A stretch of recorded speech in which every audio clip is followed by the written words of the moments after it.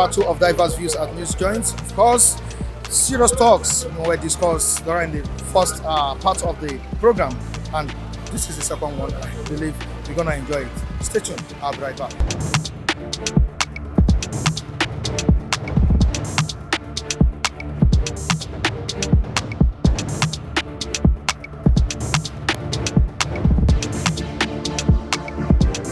You're welcome to Diverse Views. Thank you, Mr. Mike. How are you doing? Yeah, I'm cool. How was your night? Cool, and yours? I'm fine. All right, still on the state of the nation, especially in security. The Banditary, Bokoharam terrorist group, ISWAP, and all other insurgents have taken over the country. I don't think the government has done something original, something drastic to something meaningful. Something that meaningful. will put an end to what is happening. Upon the change of service chiefs, change of Yet it's still the same thing. Still the same thing. That means it is a plan. But I want to first of all appreciate the governors, the second governors, who has taken a right decision to make that law that open grazing should be banned. I want to appreciate most of them that have taken the step, the bold step, to resist the force from the federal government. Because Buhari plan is to overrun all the states in the nation. But I want to appreciate Governor Akro, the governor of Ondo State, Akodolu, and also the River State governors, Wike, and also most of them that are implementing the law. For implementing the law. Yeah. Because that is the first step that they should take. By the time they have taken that step and those Fulani or headers are not being allowed to enter the state to actualize the activities, those things will be minimized. Because the plan they had is to take over the whole country. You see what happened to Borno yesterday, where the soldiers that are meant to protect the land, to defend the land, are being run away from their duty. That means there's no security in the land. And the president is not doing anything. He just keeps adamant as if what is happening in the country where he's ruling is not concerned about it. Is it that the president is not doing anything, or it's beyond his ability? It's not beyond his ability, because you can't tell me that because the president is #1 citizen of the country. He's the chief commander of army forces. So he has all the vector power to do whatever he can do. He has the power to deploy the soldiers to, he can even have the power to seek for help from international communities. A president is #1 and he has all the powers he needs because he has the support from other countries. He can beckon on them and they will come to assist him. But because he has a mission. Look at what has been happening over the years. Herdsmen have been clashed with the farmers. Farmers are no longer going to the farm to plant. That's what is causing the hunger in the land. Inflation has now gone up. And he has never prosecuted any one of them. He has never come to put anyone in book and say, this must stop. He has not done anything about it. Does it mean that it's not seeing what is happening in the land? Where the herdsmen are killing people, that we enter into someone's family and slaughter everybody there. Those people, I don't know who have been. So now, I heard that some group think that we should return Nigeria the way it was. Or the other will punish him. You see, Nigeria has become a nation whereby nothing works again. Because our leaders are no longer active. They're not active. They're not doing what they're supposed to do. They just what they are after is the money they're eating. They don't care about the masses.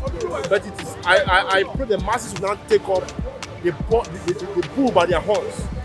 The masses will not rise up and defend the land, because we have found that the so-called the securities are not defending us again. So all of us have to, it's a high time we pick up the arms and defend ourselves, because the government are no longer doing it. Everything has gone out of hand now. Look at what's happening in the eastern states. How can you beckon on only two men that are fighting for the freedom? Kano and Igboho. Those people are not the Nigerian problem. Because those people that they saw what is happening, that their people are not safe any longer.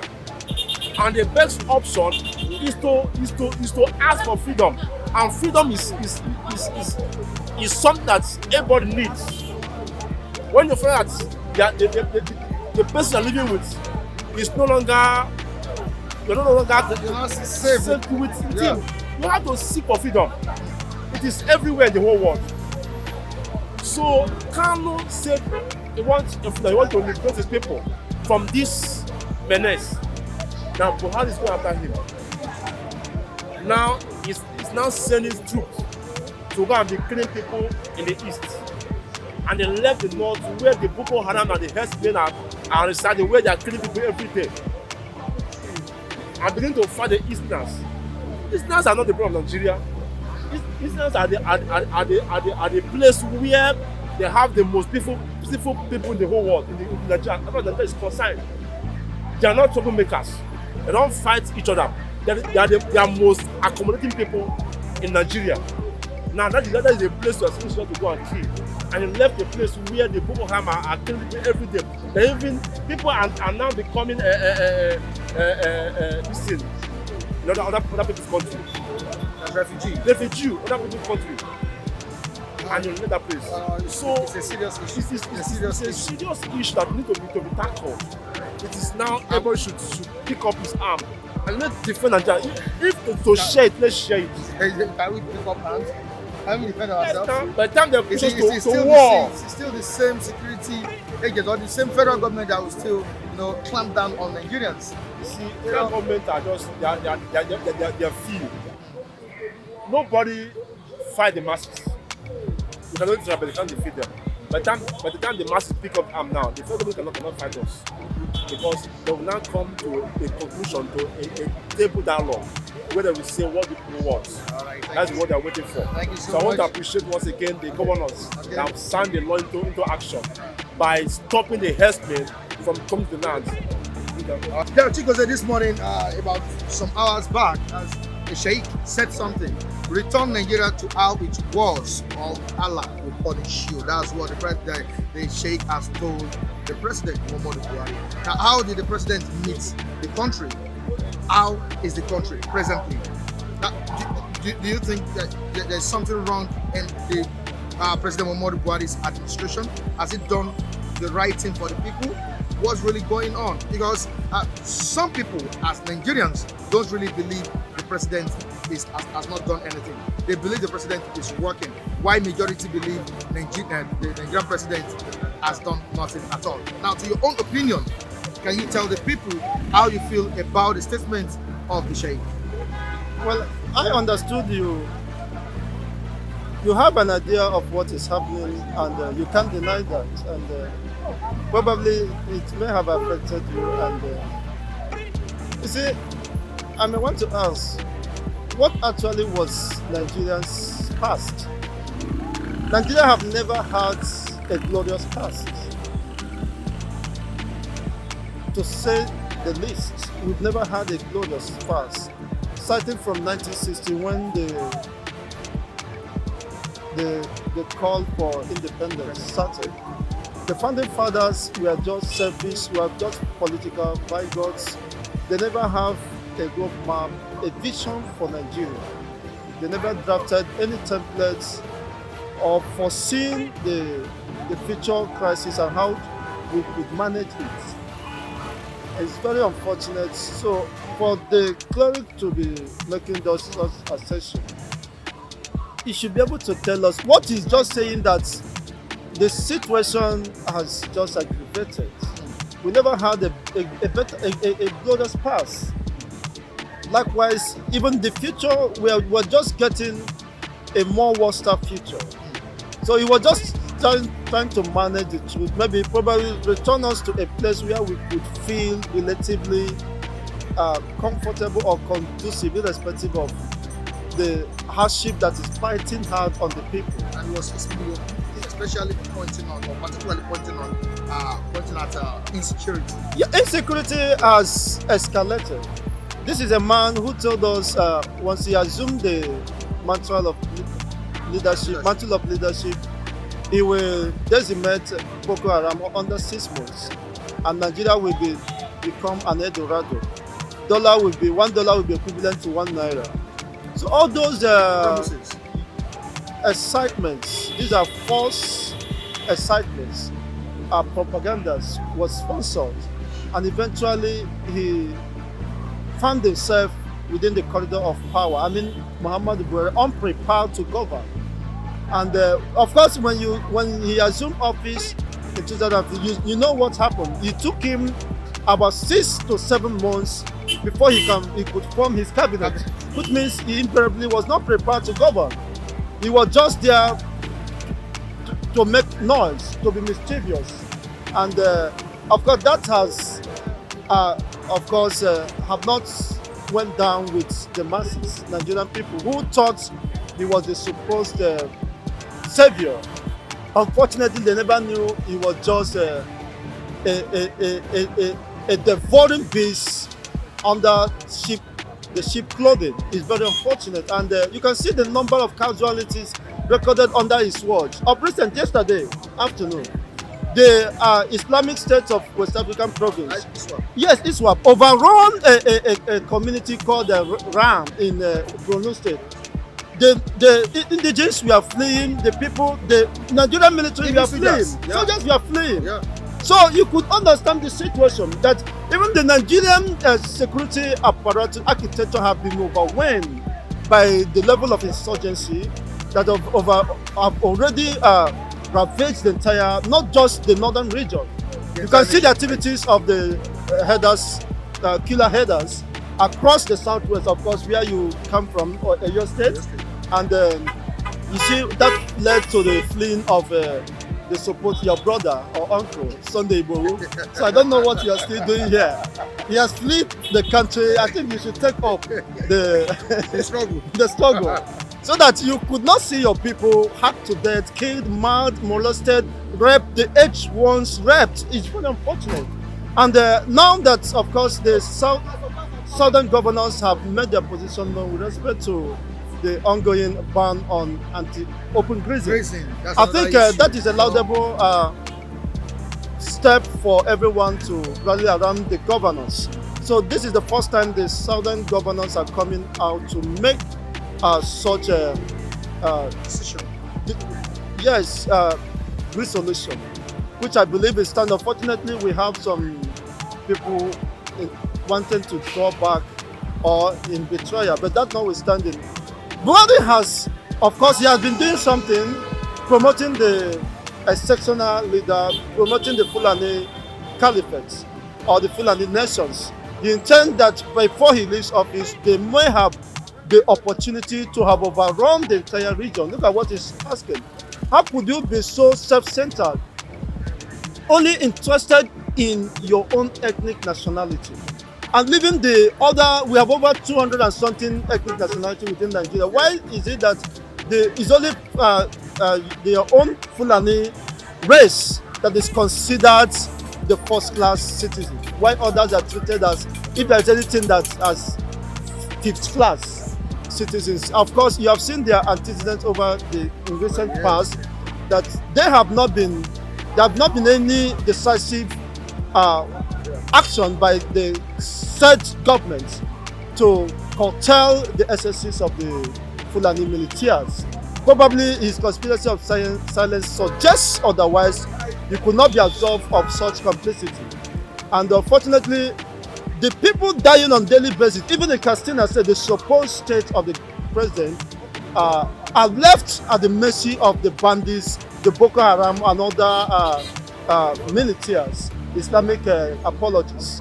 It's very unfortunate. You can see that has brought us thus far where we are.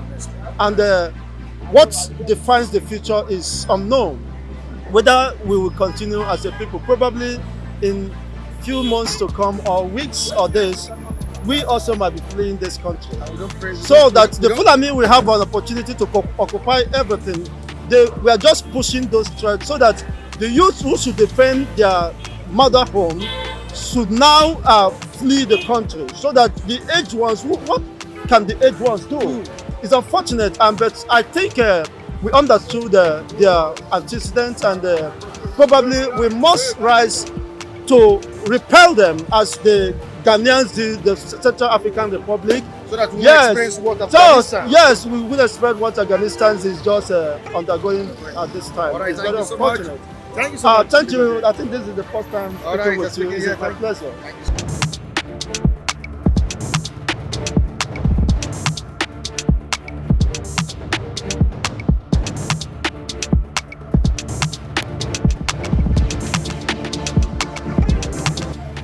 Okay, it's another edition of Diverse Views at this joint. Of course, still keeping it real with the reviewers, talking about intelligent reviewers at the newsstand. MC Grammar is part of them. Yes, You're welcome, MC Grammar. Yes, I greet you, my brother. Yes, it's nice to be here today. Viewers at home, I'm here again. I know very well most of you have been wondering, where did this man go to? Actually, I travel, but I'm just back for good and for real. And then we got to say today's topic, we got to discuss today's topic, because that is the reason why we are Nigerians. We got to say something so that people knows our mind. Even the government that are in power knows our mind. You know, I keep telling people, it's not a soothsayer when anybody tells me that Buhari knows me very well. I insult him more than anything, so he should know me. So that's some fucking business. Now, just like you said, that is the reason we are here. Yeah. And we are here to discuss the Grazing. Okay. Governor Wiki of Rivers State has signed it into law. Ondo State also to enact the law today. So there should not be grazing in Rivers grazing State. in Rivers State. southwestern region, Yes. eastern region, and Yes. some other parts of the country. Okay. Now, I think this is a welcome development by these governors. You see, let me just tell you the truth. It is not only the governors. You know, sometimes when I hear people talk, they tell you the governors, that's fine, they did very good thing. It's a lie. It's not the governor. The governors listen to the people. The people made the governors to sign it. Not that the governors signed it. Ordinarily, if you leave the governors, they will just say, okay, come, Fulani, come. But when they see people's protests, saying we don't want this, they have no choice, because these are the people they are governing. So the next thing is, they will just think, okay, fine, since the people we are governing are saying no to this, then who am I to say no as a governor? So I have to say no. You understand? So what I'm trying to say, if you look at Wike, sometimes I don't praise our governors. I don't see any governor like that. Sorry to say, all of them, even Autumn. Autumn, the other day I was listening to him on Facebook, where he was attacking Buhari, saying sort of, and I asked myself, is it not this Autumn, this same Autumn? Yesterday he was praising Buhari. You don't go better for all of them. That's the truth, because Buhari has hit him now. He's now talking. When they were drinking tea, sharing bread and eating, he was not talking then. But now Buhari has pushed him back. He's now talking. I don't pity him. I don't pity him. The truth about all these governors, they are all the same. They worship Buhari before. But let me tell you what happened now. The governors are beginning to listen to their people. Not because they want to fight against Buhari. No, because their people is talking. Social media, I tell people, look, I bless God for bringing social media. People don't know. Do you know that the gain of social media is higher than the destruction? I'm telling the truth. Yes, because in social media, you got to hear people's opinion. Yes, you get to hear people. Listen, let me tell you. You know, formerly when the governors were ruling us, leading us, there's no way we talk to them. We cannot talk. When there is no social media, none of them is hearing anything. None of us can talk. But now there's social media. Do you know that some of these governors are this thing? They send their men out, go to social media, know what they are saying over there. Because they act upon what they heard on social media. So sometimes I used to say, thank God there's a social media. It is this social media that is making us happy now, that is making us benefit from so many things that's happening in this country. Because if not for social media, all these are governors will be misleading us. The government is trying to regulate. Yeah, okay, you just imagine once upon a time, all the governors are rallying behind Buhari. I don't know whether you've forgotten. Nigerians forget things so easily. When they were saying Buhari ran Kadede, all the say Baba, you know, these governors were the same ones saying say Baba. Then Nigerians have not started talking. We have not started going to social media to talk. But now we are talking. And the governors are now looking at it. If my people are talking, then what am I going to do? I need to do something. And that's why most of the governors are coming up now. Now when you look at the likes of Autonomy, because his people are talking, and that's why he's not talking. But I bet you he wouldn't have talked if his people did not talk. But now he's coming out to talk. And even I heard him accusing Buhari that Buhari is Bokoharam himself. You understand? Then I was wondering. I said, if a governor could accuse my president as being a Bokoharam, then Buhari, you are stupid. Because the governor called you that you are Bokoharam, you did not do anything. You are stupid. What do you expect the president to do? Listen, this man is, do you know, sometimes when I wake up and I remember Buhari, I feel like using gun to silence that man. But there's no way I can silence him. That's the problem. Are you in support of the president or what? Listen, the president is a fool. Let me tell you why. This man is a fool. Everybody is calling you names in this country. Most small children, they are calling you names. Do you know that small children, when they want to pray nowadays, nobody prays, God protect my president. That's a bad prayer. Father, I pray in the mighty name of Jesus Christ.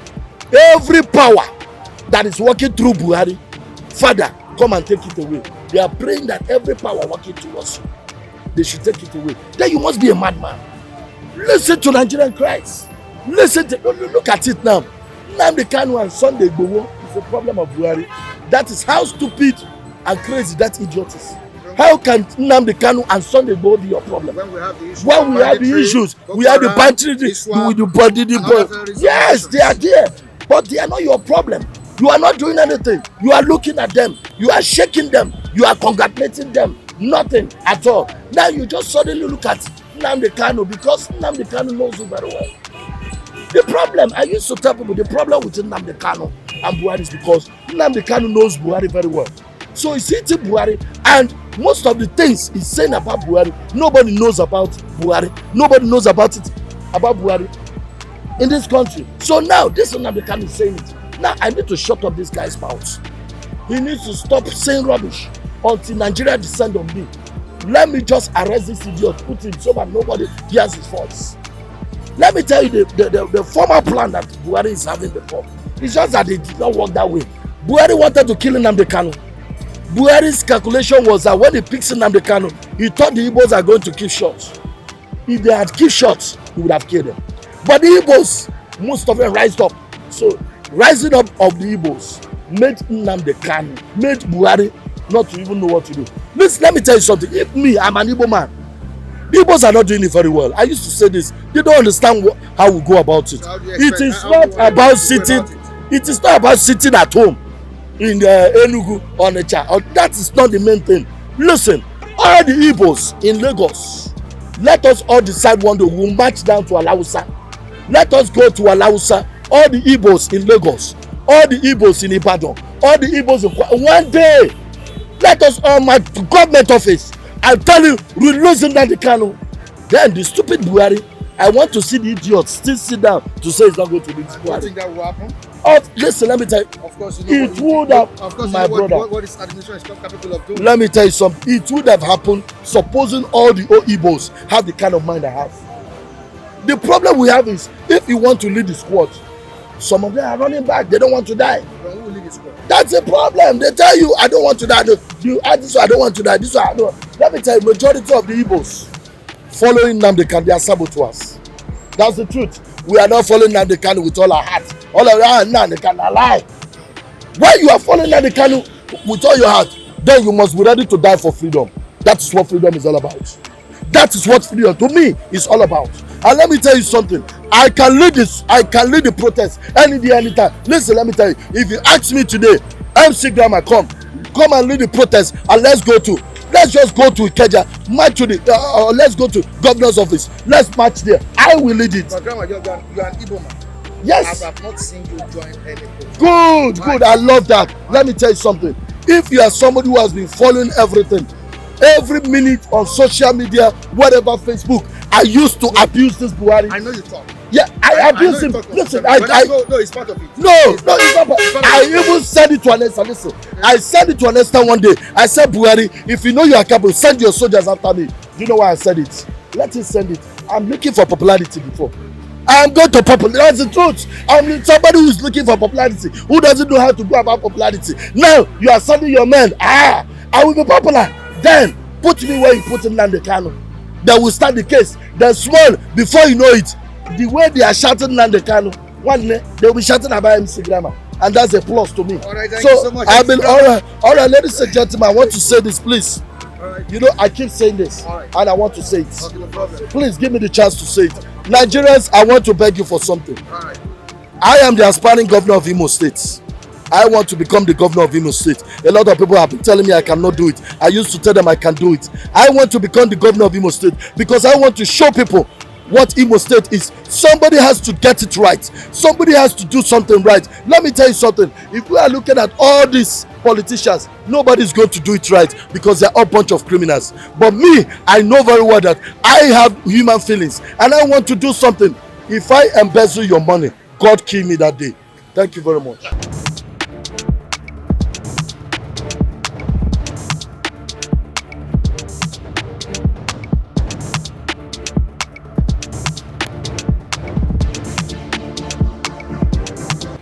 I believe you enjoyed the second edition of Diverse Views at News Joints. Please join us next time. Make it a date with us on this same channel next time. I remain Michael Adekle. Behind the camera is Efe Johnson. And kudos to our reviewers. I really appreciate it. Thank you so much. Raphael, Chigoze, Matthew, Sunday, Okokondem, right? Okokondem, Okpara, and others. We really appreciate it. Thank you so much. Bye for now.